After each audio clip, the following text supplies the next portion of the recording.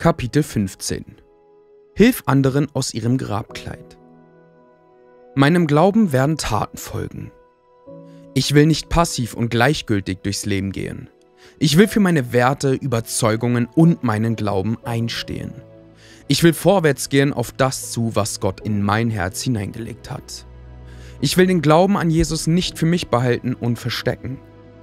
Ich will mutig und gleichzeitig weise auf andere Menschen zugehen und ihnen helfen, die Größe Gottes in ihrem Leben zu sehen.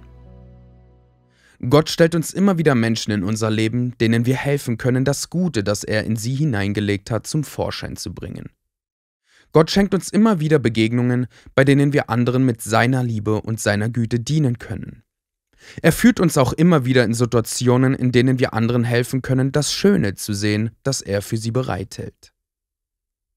Wenn wir uns entscheiden, unser Leben nicht mehr nur für uns zu leben, sondern die Kraft und den Segen Gottes auch weiterzugeben und mit unseren Worten und Taten einen Unterschied im Leben anderer zu machen, dann wird uns Gott immer wieder Menschen über den Weg führen, für die wir ein Segen sein können. Es können Menschen sein, denen es schlechter geht als uns, die nicht weiterkommen, die von uns lernen wollen, die Hilfe oder Rat brauchen, die schwierige Probleme mit sich herumtragen. Vielleicht sind es auch Menschen, die gerade einfach nur einen kleinen Durchhänger haben und die wir mit unserer positiven Art ermutigen und erbauen können. All diesen Menschen und ihren Nöten können wir begegnen, indem wir der Gnade Gottes durch uns Ausdruck verleihen. Paulus beschreibt dies passend in der Bibel. Doch es liegt mir nichts an meinem Leben. Mein persönliches Ergehen hat keinerlei Bedeutung. Wichtig ist nur, dass ich das Ziel meines Laufes erreiche und den Auftrag voll und ganz erfülle, den ich von Jesus, dem Herrn, erhalten habe. Den Auftrag, allen Menschen die gute Nachricht von Gottes Gnade zu bringen. Apostelgeschichte, Kapitel 20, Vers 24. Gott ist für uns und will unser Bestes. Gerade darum dürfen und sollten auch wir anderen Menschen helfen zu entdecken, was er für sie alles bereithält. Es ist einfach, andere zu kritisieren, mit dem Finger auf sie zu zeigen und sie zu verurteilen. Doch denke immer daran, du weißt nicht, wo du wärst, wenn du dein Leben in ihren Schuhen laufen müsstest. Für mich ist es einfach, daran zu glauben, dass Gott das Gute sucht, dass er mich segnet und dass er mich nie vergessen wird, denn ich bin in einer guten, intakten und liebevollen Familie aufgewachsen. Für mich ist es einfach, große Träume zu haben, meinem Gott Großes zuzutrauen und mich nach Wunder und mehr in meinem Leben zu sehnen. Denn ich hatte und habe immer Menschen um mich herum, die an mich glauben, die mich ermutigen, mehr von Gott zu erwarten und die sich auch selbst nach mehr Wundern und Segen sehnen. Vielleicht geht es dir ebenso. Doch denk daran, andere Menschen hatten es vielleicht nicht so leicht wie du. Sie hatten nicht dein Umfeld und deine Familie. Auch keine inspirierende, lebendige Kirche, wie du sie vielleicht besuchst. Und genau aus diesem Grund hat Gott sie in dein Leben gestellt. Damit du an sie glaubst, ihnen hilfst, ihr Potenzial zu entdecken und ihre Grabkleider, alles Negative, was sie geprägt hat und sie mit sich herumschleppen, abzulegen. Dann kann das Göttliche in ihnen wieder zum Vorschein kommen. Weshalb ich das Bild des Grabkleides benutze, sehen wir in der Geschichte von Lazarus, einem guten Freund von Jesus. Eines Tages wurde Lazarus schwer krank und ein paar Tage später starb er. Jesus traf 4 Tage später beim Grab von Lazarus ein und statt um ihn zu trauern, wollte er, dass man den Grabstein wegnehme. Was dann geschieht, lesen wir hier. Der Tote kam heraus, seine Hände und Füße waren mit Binden umwickelt und sein Gesicht war mit einem Tuch verhüllt. Jesus sagte, nehmt ihm das alles ab und lasst ihn nach Hause gehen. Johannes Kapitel 11, die Verse 43. Kannst du dir vorstellen, wie das gestunken haben muss?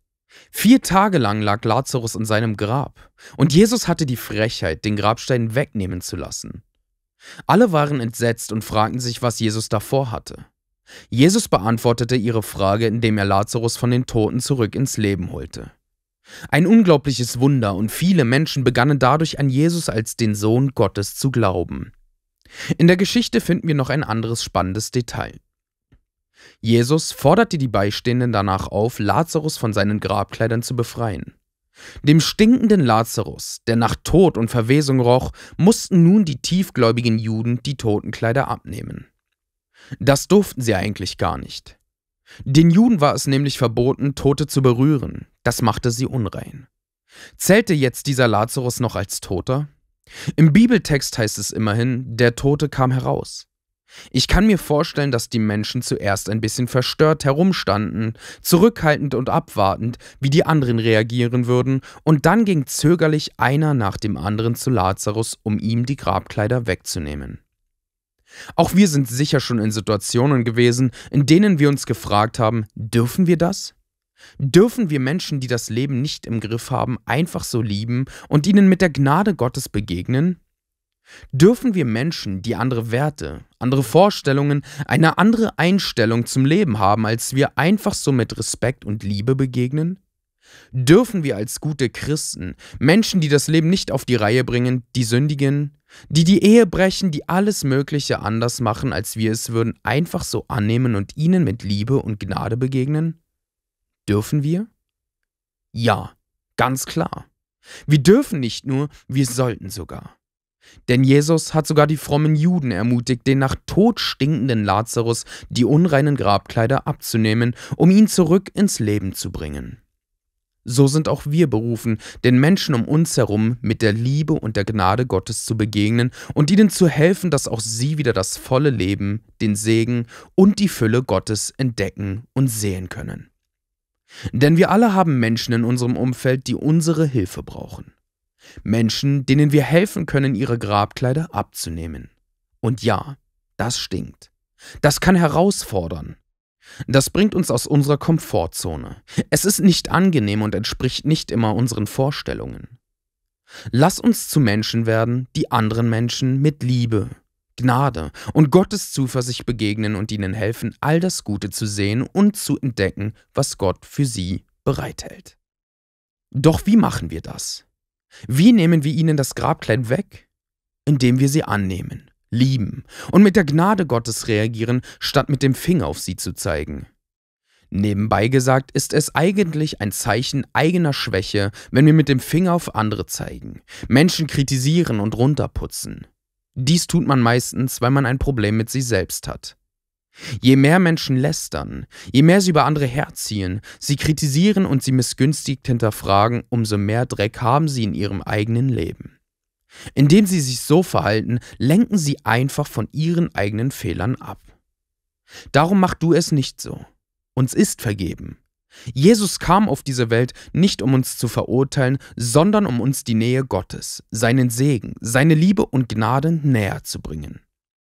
Bringe auch du die Liebe und Gnade Gottes zu den Menschen und hilf ihnen zu entdecken, was Gott für sie bereithält.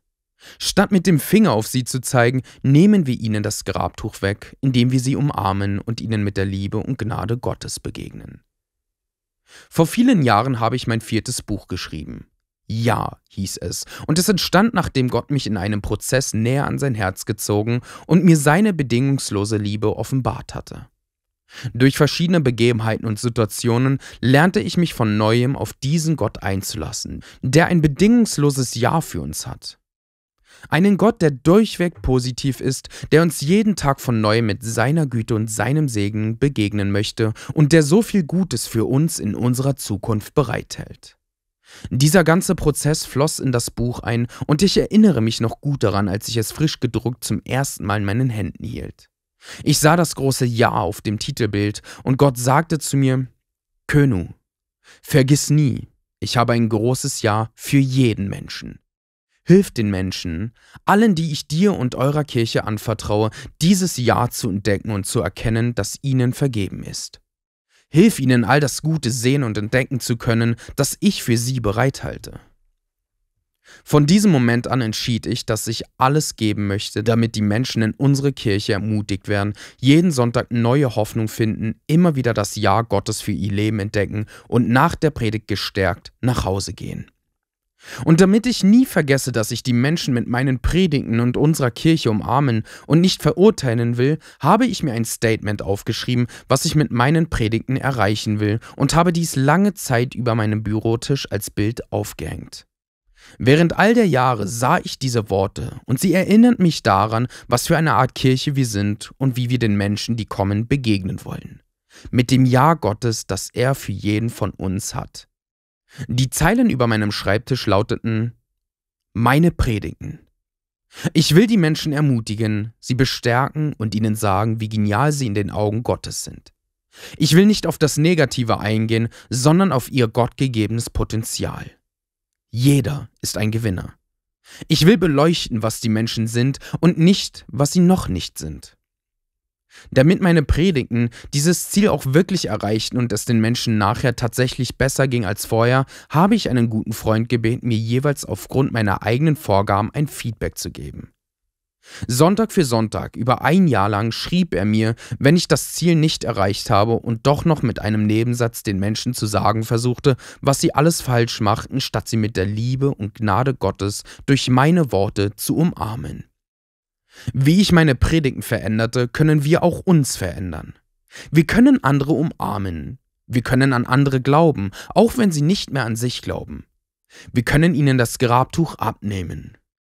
Wir können die Liebe und Gnade Gottes durch unsere Worte, Komplimente, Gebete, unseren Glauben und unser Dienen weitergeben. Wir können uns darin üben, nicht mehr zu lästern, nicht mehr mit dem Finger auf andere zu zeigen, nicht mehr zu kritisieren und immer alles zu hinterfragen und stattdessen auf das Gute und den Zuspruch Gottes zu schauen. Denn Gott sagt ja selbst durch Paulus in der Bibel: So wahr Gott treu ist.